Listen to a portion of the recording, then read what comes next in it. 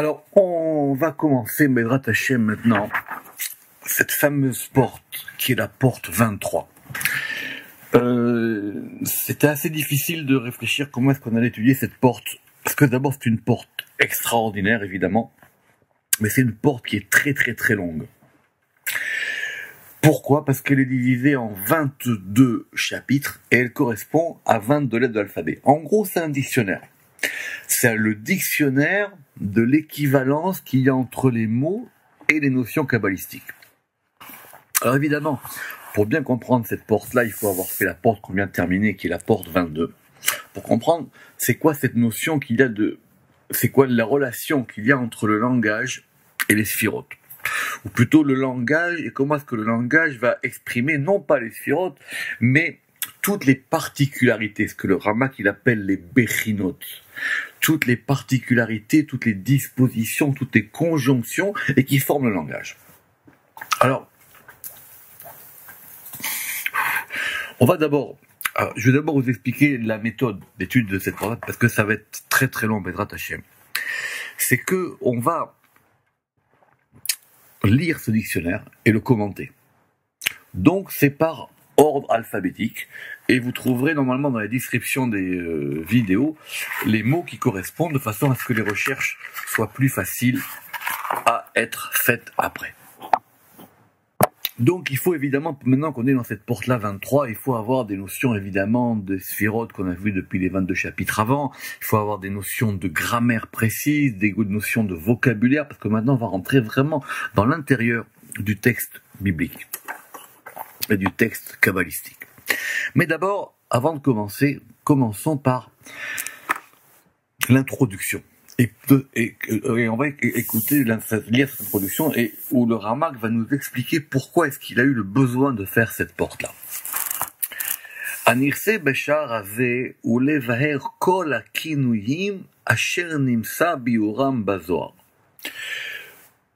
Le but de cette porte-là est d'expliquer toutes les appellations, ce qu'on a appelé les appellations, les dénominations, les kinuyim, dont l'explication se trouve dans le Zohar. Pourquoi? Parce qu'effectivement, il y a beaucoup de termes, mais ils ne sont pas tous expliqués. Mais le Zohar en explique effectivement beaucoup. Et comme d'après le Ramak, que depuis le début du Pardes, on le sait que tout ce qu'il va expliquer, c'est par rapport au Zohar. Donc ça va être la grande référence, c'est ce qui s'est passé dans le Zohar. Mais, évidemment, vous doutez bien que cette notion d'explication des termes, elle a une histoire. Et elle a été faite, effectivement, par de nombreux commentateurs, et même dans l'histoire de la Kabbale, bien avant la diffusion du Zohar. Veshar mefarshim rabim asher kidmanu bemalacha azot, et effectivement, l'explication qui sont dans le Zohar, et de nombreux commentateurs qui nous ont précédés dans ce travail, et qui ont écrit. Donc, effectivement, on verra que il y a eu plusieurs type et on va citer, le Ramak va citer souvent plusieurs opinions, mais simplement, eux, ils avaient voulu le faire al derer al sefirot, les kol sefira ou sefira, a kinuyim amitiachesim la. Effectivement, c'est que la première idée, c'était de dire, on va faire un dictionnaire, et si on fait un dictionnaire, on va le faire selon les sefirot. Mais vous imaginez, donc d'abord, ce sera un dictionnaire dans lequel il n'y aurait que 10 entrées, et on prendrait Chesed, et on aurait par ordre alphabétique dans Chesed toutes les appellations. Ve'anu loken darkenu.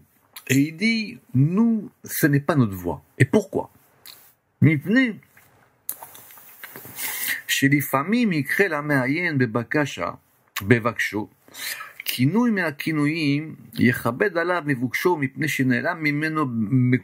D'abord parce qu'effectivement il dit que ça serait plus difficile à consulter et plus difficile à savoir où il se trouve. Donc c'est plus simple, si je cherche par exemple Maïm, de chercher directement Maïm. Je ne vais pas aller voir si Maïm est d'abord dans Chesed, parce qu'il faudrait que je le sache.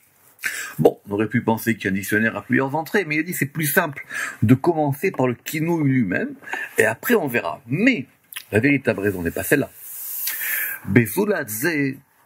פעמים יהיה כינוי אחד מתייחס אל כמה ספירות לסיבות ידועות. Les choses ne sont pas aussi simples. Reprenons l'exemple de l'eau. Alors on va dire l'eau c'est chesed. Ah oui, et l'eau c'est que chesed. Et l'eau, elle n'est pas en relation avec d'autres éléments. On va parler dans la Torah plusieurs fois des eaux fortes, des eaux nombreuses, maïm azim, maïm rabim. Donc, il est trop... D'ailleurs, le Ramak l'avait déjà expliqué dans une porte entière, qui s'appelait la Shara Metziot, c'est-à-dire qu'effectivement, les sphirotes, on est dans un monde dynamique, on n'est pas dans un monde statique.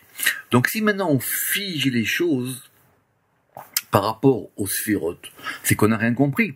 Il dit qu'effectivement, quelquefois, on n'aura qu'une appellation pourra renvoyer à plusieurs séphirotes. Ça dépend de la manière dont elle est interprétée, ça dépend à quoi elle correspond, ça dépend de quelle manière c'est. Ou les famim, ikaro bemidazo, veitiaches el zulata. Parce que des fois, par exemple, on aura une appellation, on est sûr qu'elle va être principalement reliée à telle séphira, mais il se peut qu'elle soit aussi reliée accessoirement, et non pas principalement, à d'autres séphirotes.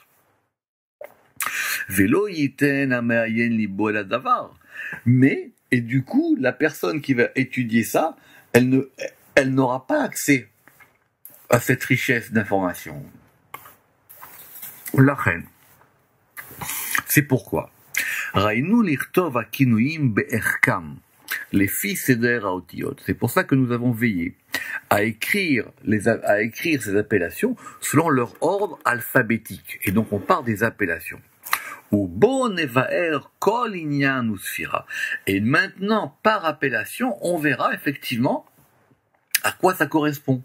Et on verra en même temps que c'est dynamique. Et donc effectivement ça sera plus facile.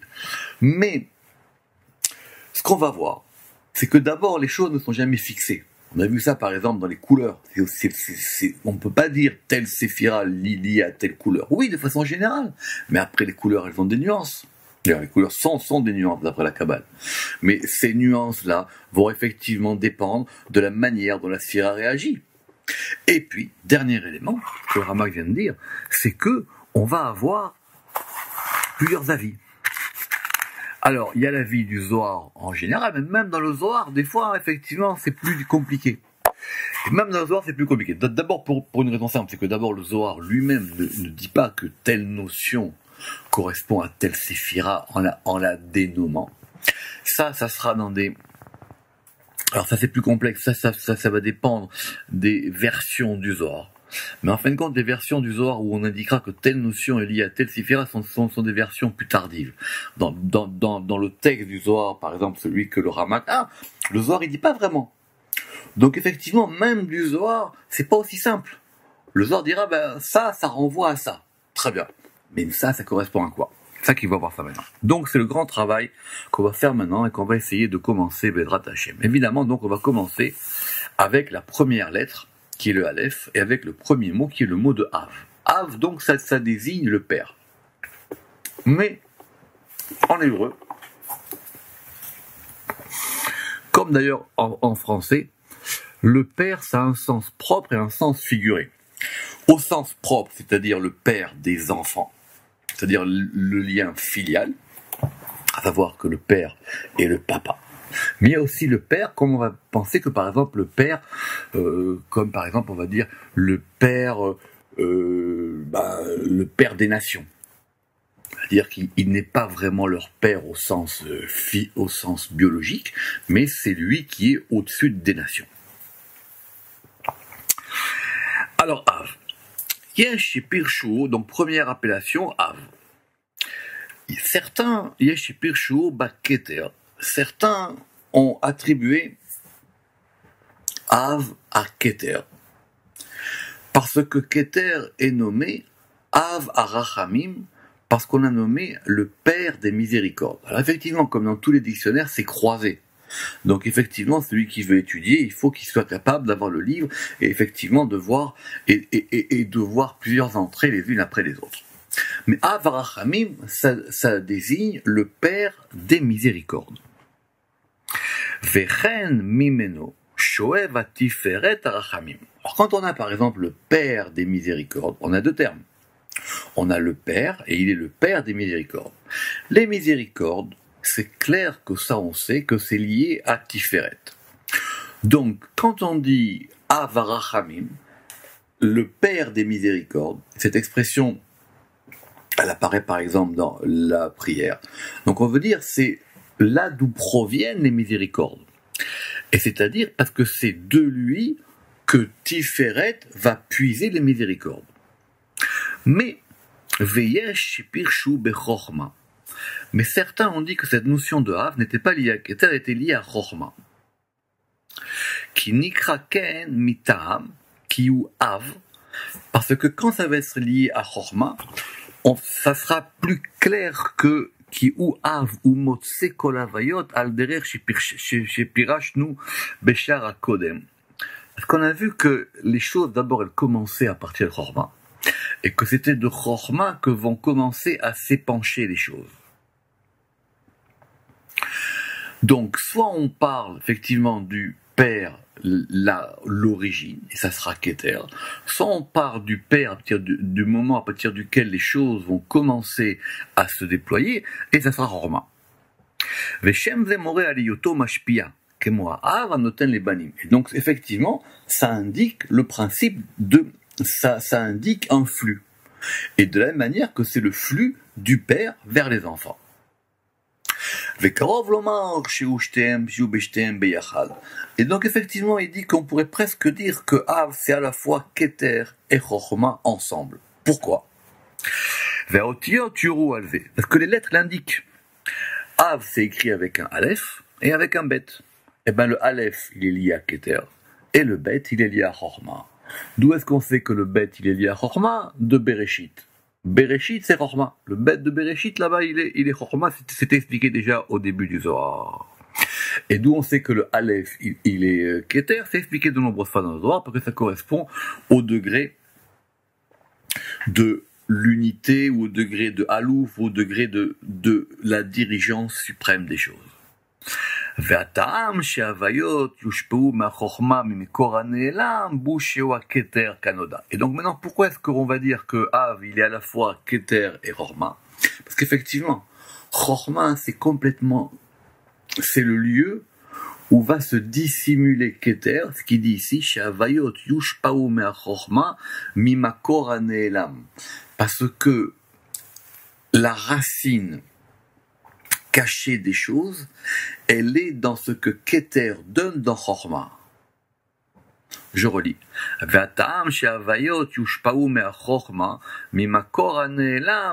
Depuis la racine, la source cachée, et qui est le Keter comme il est su. Donc, première séphira, premier kinouï, Av. Deuxièmement, on a une autre expression qui est Av HaEmuna. Le père de la Emouna. Très bien. Alors la Emouna, évidemment, il faudra voir à l'entrée Emouna. La Emouna, le plus simple, c'est de dire qu'en hébreu, ça indique la fidélité. Quelqu'un qui est amin, c'est quelqu'un qui est fiable. C'est pas la croyance. Quand je suis ma'amin, ça veut dire je suis sûr d'une chose. Quand on dit d'une personne en hébreu moderne qu'elle est amin, ça veut dire qu'on peut lui faire confiance. On peut compter sur elle. Et donc on a une notion de Av HaEmuna, le père de la croyance. On a dit le père de la fidélité. Alors Yesh et Pirshu Keter. Et il dit maintenant certains ont voulu donner ça à Keter. Simplement. Essayons de réfléchir. On sait que Av, c'est Keter et Chochma quand c'est effectivement pris tout seul. Quand on a le Av de la Emouna, c'est-à-dire le père de la fidélité ou de la croyance, comme on a traduit mal, Emouna, est-ce qu'on peut dire que c'est Keter? Et il va expliquer. Parce que Emouna, normalement, on va voir que c'est lié à Malchut. Alors il dit, mais comment est-ce qu'on peut dire que le père de la croyance Malchut c'est en bas, Keter c'est en haut. Vedochaku. Qui yichoso im Malchut, ken yichoso im Shara Atzilut.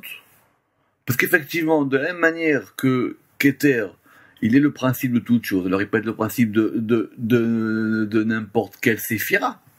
Mais la Malchut, normalement, le lieu d'où elle reçoit son lien paternel, si on peut dire, c'est la séphira qui est au-dessus d'elle, par exemple, c'est Yesod.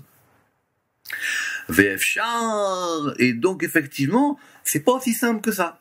Le lieu, parce que quand on dit Av à Emouna, alors du coup c'est trop général, effectivement, tout promène Keter, donc on peut tout ramener à Keter, quoi qu'il arrive.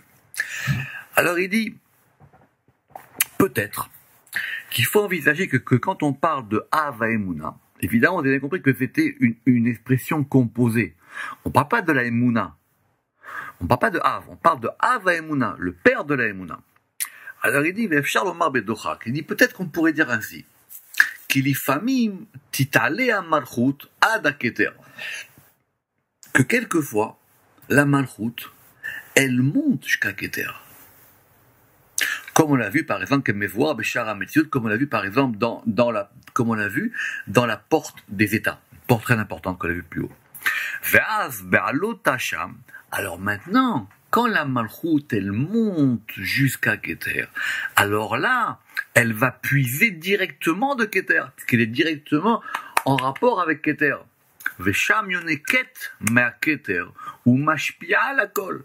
Et donc maintenant, une fois qu'elle est montée au niveau de Keter, parce qu'évidemment les sphirotes c'est dynamique, donc maintenant une fois qu'elle est montée au niveau de Keter, et qu'elle reçoit de Keter, alors là effectivement, cette Emouna là, la Malchut, elle va pouvoir donner à tout. Ve'efshar she'av yikra Keter av a Emouna. Alors dans ce cas-là, on pourrait effectivement dire que Keter c'est le père de la croyance. L'irmoz à la Emouna chercham, parce que ça indique que la Emouna elle est en haut. Donc quand on dit Av à Emouna, on indique deux choses. On indique effectivement il y a un principe de la Emouna qui s'appelle le Av, mais on indique aussi que la Emouna maintenant elle se trouve directement en haut. Parce que sinon c'est la Emouna simple. Omnam. Toutefois, par rapport à cette notion de Emouna, il faudra voir à l'article Emouna dans la suite, dans l'article Emouna qui l'article Emouna qu'on va voir effectivement plus tard, tout à fait, dans le même chapitre. Alors la Emouna, la Emouna, il y a deux manières de la considérer. Soit on la considère dans Bina, soit on la considère dans Malchut. On verra là-bas, effectivement, dans la porte, dans le paragraphe adéquat. Pourquoi ? Parce que cette notion de Emouna, évidemment, elle correspond au fait que les choses soient établies. C'est ça la Emouna, c'est qu'on est fidèle, c'est-à-dire que maintenant on a accepté les choses. Quelqu'un qui est croyant, c'est quelqu'un qui accepte les choses. Et donc, elle peut être soit dans Bina, soit dans Malchut. On verra par exemple qu'il y a aussi beaucoup de notions qui sont considérées dans Bina peuvent être aussi dans Malchut et vice versa. Par exemple, le plus connu, c'est la Teshuvah. On en parlera plus tard. Par exemple, la Teshuvah, le repentir. Eh ben, il y a un repentir dans Malchut et il y a un repentir dans Bina. Ce qu'on appelle la Teshuvah chez les mains ou la Teshuvah simple. Ça sera expliqué dans le Zohar. Alors, im Bina im Malchut kashen everod. Ou leshneem yirtse. Et alors maintenant, vu que cette Emouna, elle peut être soit Bina, soit Malchut, ou les Shneem Yirtse. Et donc maintenant, dans ces deux cas-là, qui a Chochma avec la Malchut, que le père de la Malchut, si c'est la Malchut, et non plus la Emouna, le père de la Malchut, alors c'est Chochma. Pourquoi ? Parce qu'on a un verset clair qui dit, dans Michelet, dans les proverbes, Hashem bechorma yasad haaretz. Yud kevavke, avec la chorma, il a fondé la terre. Donc avec la chorma, il a fondé ses yisod, et la terre c'est la malchut. Et on verra, et on avait vu dans le cours de la semaine dernière, que konen shamaim bidvuna, que de la même manière que les cieux, qui sont tiferet, eux, ils proviennent de Bina. Alors, effectivement, Vechen ou Av el Bina. Et de même, quel est le père de la Bina? Puisqu'on a dit soit elle est dans Malchut, soit elle est dans Bina. Si elle est dans Malchut, alors effectivement, c'est Chochma qui est le père de la Malchut. Et si elle est dans Bina, cette notion de Emouna, effectivement, alors quel est le père, quel est le principe qui donne la vie à Bina? C'est la Chochma elle-même. Qui mimeno neetzela, parce qu'effectivement, la Bina, elle a été émanée de Chochma. Ou les kulo perushim, lo yikra, et donc maintenant, quelle que soit l'explication qu'on ait, lo yikra a keter ou a Chochma, av a emuna. Mais de toutes les manières, qu'on applique ça, soit à keter, soit à Chochma, on ne pourra dire que c'est ces deux cas-là, et là, besod bechinat ashpa'ato be'emuna ve'yichudo ima. Parce que quand on a dit Av emuna, on a dit c'est le père de la emuna. Donc ça indique forcément qu'il y a un rapport d'influence, ou il y a un rapport d'unification entre les deux. Ça veut dire Av emuna ici, il indique que les deux termes sont en relation et les deux termes sont impliqués. Donc si c'est Keter, c'est forcément que la Malchut, elle est en haut. Et si c'est Chorma, que la Emouna elle soit dans Bina ou que la Emouna soit dans Malchut, ça indique maintenant qu'il y a un rapport particulier entre les deux. Voilà Av et Emouna. Alors maintenant, Av Arachaman. Av Arachaman, ça veut dire le père miséricordieux. Nous on avait vu Av Arachamim, le père des miséricordes. Maintenant on va voir le père miséricordieux. Alors il dit que si c'est Av Arachaman, ici ça s'applique à Tiferet. Nikra Tiferet, qui ou Av la Neshamot, parce que c'est Tiferet qui est le père des âmes. Alors c'est une bonne question, il faudra voir ça dans Shar Neshamot, d'où proviennent les âmes, mais en fin de compte, qu'est-ce qui va donner, quel est le principe générateur des âmes? En général c'est Bina, mais on verra qu'il y a aussi un grand rapport avec Keter, avec Tiferet, c'est pour ça qu'il le dit ici. Venikra Rahman bekoach ashofa alav berachamav, et il s'appelle Rahman, il s'appelle miséricordieux, parce qu'effectivement, parce qu'il va donner aux âmes sa miséricorde. Et donc par le fait que Tiferet, évidemment, même quand on dit que Tiferet c'est Rachamim, que Tiferet c'est la miséricorde, Tiferet c'est la miséricorde en tant que Tiferet prodigue les miséricordes. Tiferet peut très bien ne pas les prodiguer. Ça on l'avait vu dans la porte d'avant. Venimsa les fizé, qui beyoto merachem ala neshamot betsod rachame aketer yikra avrachaman. Mais maintenant, ces miséricordes, elles proviennent d'où? Les miséricordes que Keter, les miséricordes, elles proviennent de Keter. C'est Keter le principe même des miséricordes. C'est pour ça que dans l'ordre des séphirotes, quand on décrit les séphirotes en axe, eh ben, l'axe central, il a Keter en haut et il a Tiferet au milieu. Donc, pour dire que Venimsa defeze, qui beyoto merachem ala neshamot, besod rachame a Keter, cela ne peut se faire que par rapport aux miséricordes de Keter. Et donc, c'est pour ça que certains ont voulu dire que cette notion de Avarachaman, elle était liée à Keter. Mais il ne faut pas confondre le lieu d'où ça provient et le lieu où ça agit. Veyesh chez Pirshu Bahorma. Et comme on a cette notion de Av, certains vous dire, alors si maintenant on a la notion de Av, autant la remettre, comme on l'a dit avant, par rapport à Chorma. Et Veyesh chez Pirshu Bahorma. Veikar, et donc, alors il dit, tout effectivement est possible parce qu'on est toujours dans le champ sémantique de ce Av. Ça dépend maintenant, le champ sémantique de Av, comment est-ce qu'il ondule.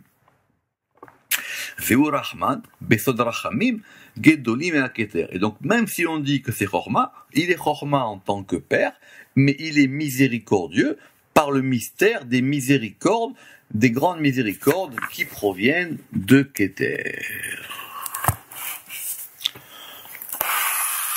On va toujours rester avec cette racine Aleph Bet, mais avec un autre mot, qui n'est pas Av, mais qui est un mot qui s'appelle Ev. Ev, c'est-à-dire qu'on écrit avec un serré. Où est-ce qu'on trouve ça? On trouve ça, on va voir dans le Cantique des Cantiques. Alors, c'est assez difficile à traduire. Ça indique une pousse, un bourgeon, un rameau. Ça veut dire quelque chose qui est en train d'émerger. Mais ça a déjà émergé. Donc, il dit Ève, ici, ça indique un anaf, ça indique une ramification. Ça indique quelque chose qui sort d'un endroit et qui va commencer à éclore. Par exemple, comme c'est marqué dans le verset dans Yov, Odenu Beibo, il est encore en bourgeon. Il est encore dans son premier stade de déploiement. Donc, Vadaï Shiuinyan Itpashtut. Donc ça indique forcément quelque chose qui est en train de se déployer. Vous voyez comment on prend les termes maintenant et on les analyse. Donc ça indique un déploiement de la chose. Mais maintenant, c'est le déploiement de quoi? Ça dépend du mot qui sera accolé. Verkol et fignano. Donc, Vadaï shiuinyan itpashtut atzilut. Donc évidemment, c'est sûr que ça indique un déploiement de l'émanation, mais tout va dépendre du mot qui va être accolé. Par exemple, à Machal Bazé, il y a marqué dans Shirachirim, Hi be anachal. Il y a marqué les buissons du fleuve. Donc, si on analyse, les buissons, ils proviennent du fleuve. Donc le fleuve, c'est la racine, et les buissons, c'est les penchements. Alors, Nachal, c'est quoi? Nachal, on va dire par exemple, c'est Tiferet. Il faudra voir un Nachal, mais déjà on peut dire que Nachal, c'est Tiferet. Donc si Nachal, c'est Tiferet, ce sont quoi maintenant ces rameaux qui vont sortir du fleuve? Alors ce sont Anafim Amitpashtim Mimeno, ça veut dire ce sont maintenant les branches qui vont sortir de Tiferet. Mais mais si maintenant on va expliquer que Nachal, c'est pas Tiferet, mais c'est Yesod, on verra là-bas à Nachal. Alors donc on dira Yirtse Ista'afut à Yesod, on dira effectivement que c'est donc une ramification de Yesod. Et donc effectivement, en fonction du contexte et des mots qui seront accolés, on verra de quoi est-ce que c'est un épanchement. Mais ce terme de Ève, il a formé un mot qui s'appelle Aviv. Alors Aviv, en général, on traduit le printemps. Vous savez que les mois, ils n'ont pas de nom dans la Torah. C'est plus tard qu'on leur a donné un nom. Mais il y a un mois qui s'appelle Chodesh Aviv. Et ce mois qui s'appelle dans la Torah Chodesh Aviv, le mois qu'on traduit du printemps, en fin de compte, c'est le mois où les choses commencent à bourgeonner. Et ça, le Aviv. C'est pour ça que ce Aviv-là, il est tiré de Av, et il correspond au mois de Nissan, qui est effectivement le mois de Pessah, mais qui est d'après la Torah le premier des mois de l'année. Donc, Chodesh Aviv, Yachol lefarsho be'inyan ze pirush. Et donc maintenant on peut expliquer cette notion de Chodesh Aviv, c'est-à-dire c'est le mois à partir duquel les choses commencent à s'épancher, à partir duquel les choses vont commencer à se ramifier. Et ça, donc c'est le mois de Nissan, qui roche la Chodashim, et donc ce mois-là, c'est le mois de tous les mois. C'est que comme c'est le premier mois d'année, c'est-à-dire c'est pas simplement qu'il est premier dans l'ordre numérique, c'est à partir de lui que vont se déployer tous les autres mois. Or, comme on a vu dans les portes précédentes, vous savez que tous les mois, ils correspondent à une permutation du Shem Yud Ke Vav Ke. La permutation qui est directe droite, c'est-à-dire Yud Ke Vav Ke, elle correspond à Nissan. Et de là, les autres permutations vont commencer à être faites pour tous les autres mois. Voir là-bas dans la porte. Rosh la Chodashim, Shiu Avaya Kesidra, Yud Ke Vav Ke. Et c'est à partir de ce premier tétragramme Yud Ke Vav Ke que vont maintenant se déployer les 12 tétragrammes qui vont correspondre aux 12 mois, qui vont correspondre aux 12 permutations de Yud Ke Vav Ke. Dernier point, il y a un verset un peu compliqué où il y a marqué Aviv Kalui Baesh dans Vaïkra à propos des sacrifices, et là-bas les commentateurs grammaticaux sont un peu embêtés pour savoir d'où est-ce que provient D'où est-ce que provient ce mot de Aviv? Parce qu'effectivement, on ne sait pas s'il provient soit de Av, ou soit il provient de Ev, comme chez nous. Voir là-bas. Ramak dit, il est sûr que ce verset, Gamken Irse Mixerazo, il dit que là-bas, dans ce verset-là de Aviv, il s'agit bien de la racine Ev et non pas de la racine Av. Et donc, à partir de ces principes-là, on pourra effectivement comprendre ces notions de Ev et de Aviv. La suite la prochaine fois. Baruch Adonai Le'olam. Amen ve Amen.